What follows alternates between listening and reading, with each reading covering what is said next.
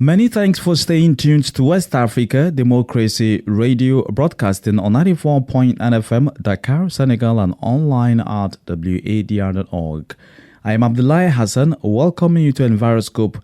WADR is an environment program that brings to the fore topical issues affecting the agricultural sector, land exploration, climate change, and every other matter that concerns our planet, Mother Earth. A warm welcome to our listeners in the Gambia via Numi FM, Banjul, in Nigeria on Albaraka Radio, Bauchi State Northeast, in Ghana via Radio Pad 95.1, Damango Savannah region, and Gbaft FM Sierra Leone. This week, Senegalese President Diomaye Faye calls for tree planting to regreen and improve food security in the country. La journée d'aujourd'hui, il faut le comprendre, c'est juste une journée de lancement. Today is just launch day, but planting trees and taking care of them must be a daily activity throughout the year. One thing is to plant trees, another is to take care of them so that we can ensure the survival of the trees that we are planting, or at least ensure an extremely high survival rate compared to the number of trees that have been planted. In Niger, floods kill over 70 people and continue to cause havoc in communities across the national territory as the rainy season sets in. Also, Togo and Benin get approval from the Pan-African Financial Institution to improve the agricultural value chain and fight climate change. Senegal last weekend celebrated the 41st edition of the National Tree Day under the theme The Role of Reforestation in Food Sovereignty and Economic Development. The head of state, Bassirou Diomaye Faye, who launched the day in Touba, located in the center of the country, has set his sights on greening Senegal. He called for reforestation activities and the maintenance of planted trees to be made permanent. Take a listen. La journée d'aujourd'hui, il faut le comprendre, c'est juste une journée de lancement. Today is just launch day, but planting trees and taking care of them must be a daily activity throughout the year. One thing is to plant trees, another is to take care of them so that we can ensure the survival of the trees that we are planting, or at least ensure an extremely high survival rate compared to the number of trees that have been planted. It is an opportunity for me to encourage and thank Touba Chakanam, who made this year a 28,000, and to set an example for all the Senegalese communities, for all the associations within these communities, so that they understand that regreening Senegal must be in everyone's hands. It is the responsibility of every citizen to contribute, as we are doing in a co-construction logic to rejuvenate Senegal. It is about planting trees all year round, but it is above all about taking care of the trees that are planted so that the maximum survival rate can be ensured. This year it is happening here. Other years it will happen elsewhere, but it's just a launch day that citizens must perpetuate every day of the year, both in the reforestation and in the maintenance of the trees that have been planted. I'm delighted that the day is known for a certain enthusiasm throughout Senegal. President Bassirou Diomaye Faye of Senegal. In the first half of the program, we'll be talking about the National Tree Day here in Senegal, which has a laudable objective of greening the country. My guest is Alpha Sambo, coordinator of the Green Actions Senegal, a non-governmental organization on the environment. Sambo says the initiative will not only help combat desertification, but also protect the ecosystem and halt the advancement of the desert. Alors, je pense que Monsieur Son Excellence le Président, Monsieur Bassirou Diomaye Faye, I think that President Bassirou Diomaye Faye has really contextualized the themes chosen in the framework of citizen activities concerning the Senegalese context. So I think it's a theme that is relevant in as much as we are talking about food security and food sufficiency. And I think it's a good thing and also an opportunity to inspire and invite the population in that direction. Opportunité ou bien un prétexte pour inspirer et inviter la population dans ce sens-là. And you heard the Senegalese president who insists on the continuity of the irrigation activities to be able to regreen the entire nation. Is it an achievable goal? Oui, la tâche elle est difficile dans un cas et elle n'est pas difficile dans un autre. Je m'explique. It is difficult in the sense that we are in a dynamic of sensitization of the population to choose to have eco-responsible gestures. And sensitizing a person, especially elderly people, is an extremely difficult task. Now it's easy to the extent that if each household can plant at least one tree and maintain it until maturity, I think that together we can really achieve this great goal. Planter au moins un arbre et à l'entretenir jusqu'à maturité, je pense que ça, ensemble, nous pourrons arriver vraiment à atteindre cet objectif grandiose. There is indeed a layer that is not easy to sensitize. You just said it, that is adults.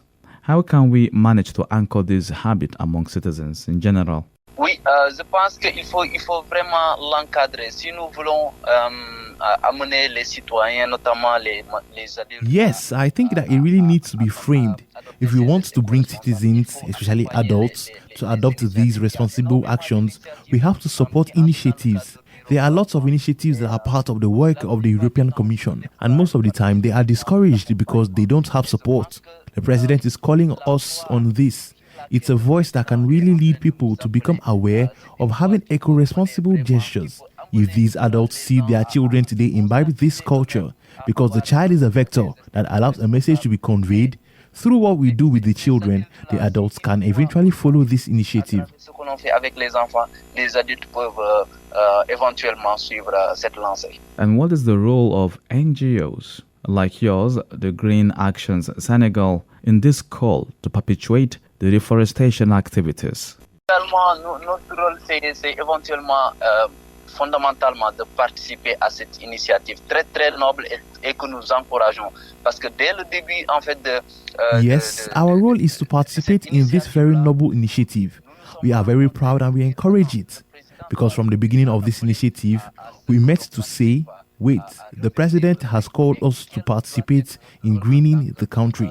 And what should be our role as an organization that evolves in the fields of the environment. So since then, we have been working on activities and projects that would also go in that direction. On the other hand, we are also collaborating with local structures to help and support them to really put in place activities in relation to this national initiative of the President.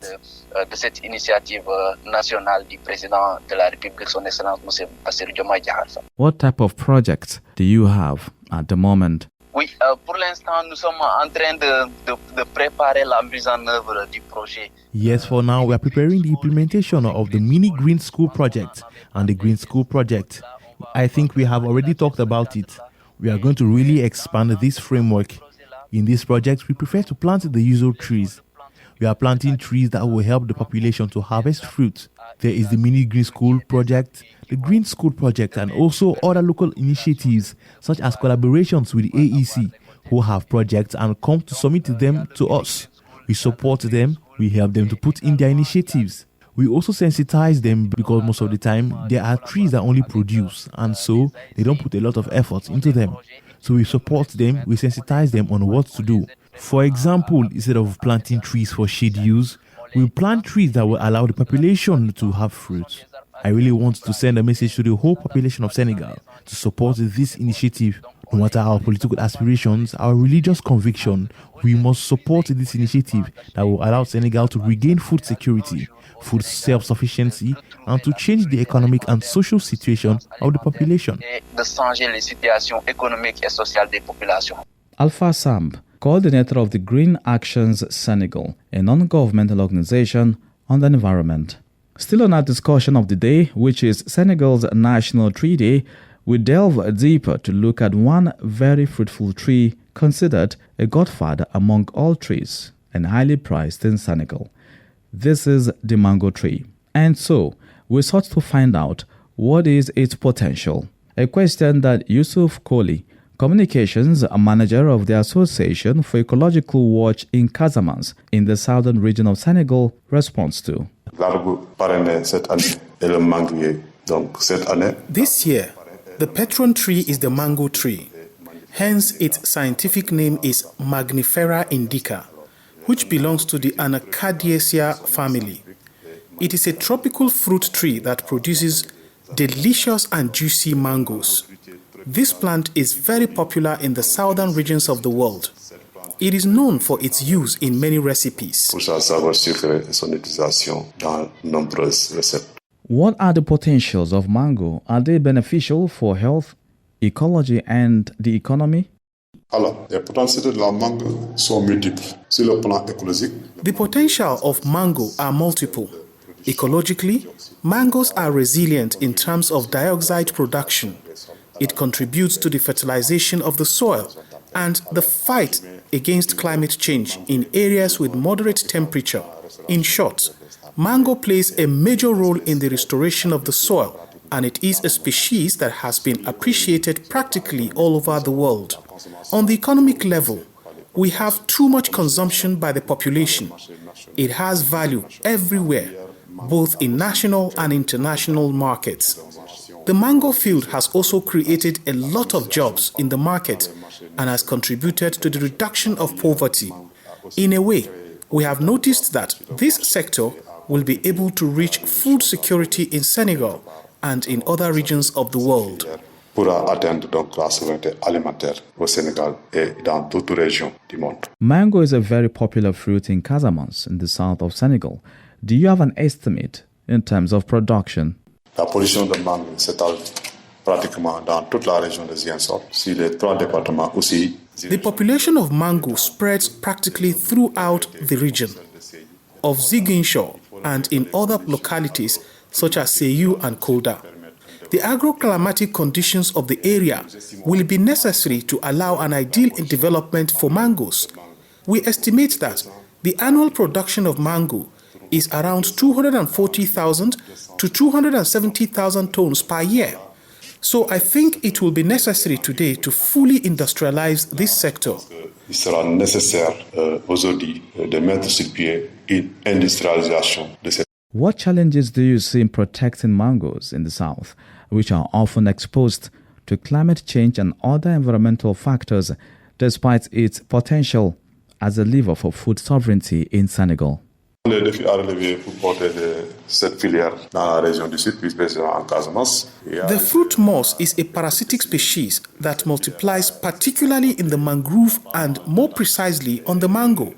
According to the information, this fruit moss can lay 25 eggs on the mango. So you can see the rate of threat to this species is unacceptable. This is the reason organizations like ours that are involved in the context of ecology and the ecosystem are calling on the stakeholders to invest more in research to find solutions to the fight against this disease that attacks this fruit. And now, as a division of ISRA, they are ahead of the research. They have even created white moss that they live in nature and somewhere can block this and in some way block the natural fungus, the fungus of the fruit, which attacks these farms. We call on all national and international organizations to come and join agricultural cooperatives in Casamance and to bring them the minimum experience to fight against this disease. Agricoles sur place en Casamance et de les apporter le minimum d'expérience pour lutter contre ce fléau. That was Yusuf Koli, Communications Manager of the Association for Ecological Watch in Casamance, Senegal's southern region. To other news, Togo and Benin have received approval from the African Development Bank for several millions of dollars for development projects and climate action. Lomé is expected to fast-track transformations in agricultural sector value chain, while Cotonou's grant will oversee support of economic governance and private sector development. For more on this, let's join Imo Edet. The board of directors of the African Development Bank Group has agreed to grant Togo a loan of almost $26 million. This is part of the second phase of a project to transform the country's agri-food industry. The funds will not only provide Togo with an industrial hub for the processing of agricultural products, but also set up a business park to provide opportunities for young people and women. The project will also attract substantial private investment in key agricultural sectors such as rice, corn, soya beans, and cashew nuts. In the long term, it will also enable investments that will promote inclusive agricultural growth, create jobs and reduce Togo's food imports. The AFDB also granted Benin a $60 million loan to finance the second phase of the Economic Governance and Private Sector Development Support Program. This brings the total amount granted to Benin to $100 million. This program aims to boost the private sector's contribution to Benin's economy by improving the general business environment, supporting the agri-food sector, and strengthening climate action. Imo Edet reporting there. In rounding up, let's take you to Niger, where the rainy season is negatively impacting lives and livelihoods across the country, according to the Ministry of Humanitarian Action and Disaster Management.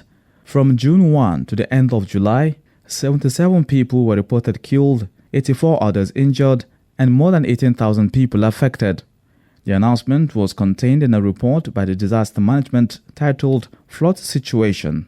Echatisu provides the rest of the details. Niger, struggling with a long climate crisis, is this season experiencing a devastating flood caused by heavy rains. An earlier report from the Interior Ministry published on June 20 recorded 21 deaths and nearly 6,000 people affected nationwide.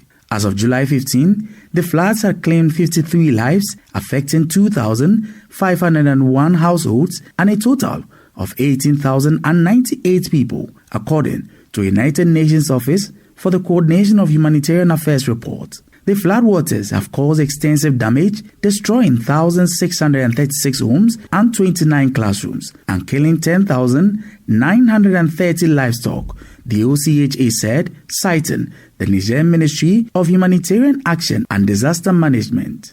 The United Nations agency warns that more than 247,000 people could be affected by the floods before the end of the rainy season, which typically concludes in late September. The United Nations said it will, through its agencies such as UNICEF, the International Organization for Migration, and the Red Cross, support the Nigerian government by mobilizing food stocks, emergency shelter, and hygiene kits in the areas most severely impacted by the worsening weather conditions. According to Nigerian authorities, nearly every region of the country has been affected, with the south-central region of Maradi particularly hard hit. The capital city, Niamey, which houses over 2 million inhabitants and is often struck by deadly floods, has been spared thus far. To mitigate the impact on the population, authorities have been sending text messages urging people to stay sheltered, secure livestock, and call a toll-free emergency number if needed. In 2022, floods caused at least 195 deaths and affected 400,000 people. That was a report filed in by Ichi Atisu. That's how we end this week's edition of Enviroscope, WADR's environment program on Senegal's National Tree Day. Follow our discussions on X, formerly Twitter, Instagram at WADR News, on Facebook, now WADR English Service, and online at WADR.org. You can also reach us on WhatsApp using +221 7818 45421. Again, +221 7818 45421. Many thanks to our listeners in Gambia via Numi FM, Banjul, in Nigeria on Albaraka Radio, Bauchi State Northeast, in Ghana via Radio Pad 95.1, Damangu Savannah Region, and Gbaft FM, Sierra Leone. I am Abdullahi Hassan. It's a bye for now.